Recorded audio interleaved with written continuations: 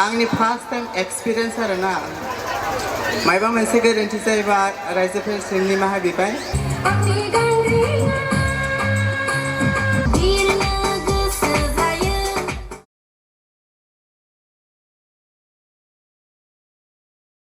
मानिजाथाव दिनै जोंनि रुपहि बियाब दुलाराय बाथौ गौथुमजों हांख्रायनानै लेंहरजानाय आलासि बिथांमोनखौ आङो सिनायथि होनो लादों। आङो नामखौबो बेबायदि सोंनानै लानाय जायाखै। सासेनिखौ आं मिथिगौ, एसे मैया रायज्लायदोंमोन नालाय सान सोरांमोन। दा गिबियावनो जायखिया बिथांमोनखौ आं दसे समावनि उनाव नोंथांमोनजों रायज्लायनो खाबु होगोन। गिबियाव जोंनि खुंफुं आफादनिफ्राय गांसे आर'नाइ बावनो सानदों।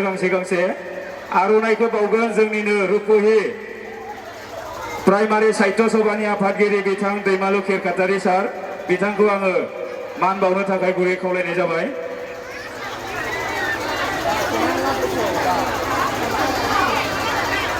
बेनि उनाव आरोबाव आङो फिन बिथांनोबो गांसे आर'नाइ बावनो थाखाय आङो गुरै खावलायबाय। आर'नाइखौ बावगोन जोंनिनो दासो मान बावनाय दैमालु खेरखातारि सार। रोजा रोजा गोजोननाय थाबाय जोंनि हांख्रायनाय लेखा बिथांमोना जोंनि बे जौस्राङाव फैनायनि थाखाय। आं दा बिथांमोनखौ एसे नोंथांमोननि गेजेराव रायज्लायनो थाखाय एसे खाबु होबाय।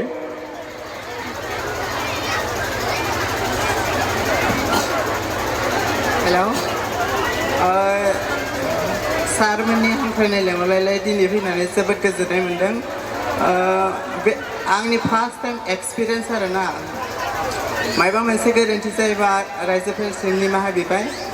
जों दा बेयाव फैनानै जोबोद गोजोननाय मोन्दों आरो रायजोफोरखौ एसेबां गासिखौबो नुनानै जोबोद गोसोआव गोजोनखांनाय मोन्दों। आसा खालामो जोंबो मोजां मोसालांनो नाजानोसै। रायजोफोरा जोंनि मोसानायखौ नायनो गोसो दंना गैया? आंनि बिबुंथिखौ आं बेखिनियावनो दोनथ'नाय जाबाय।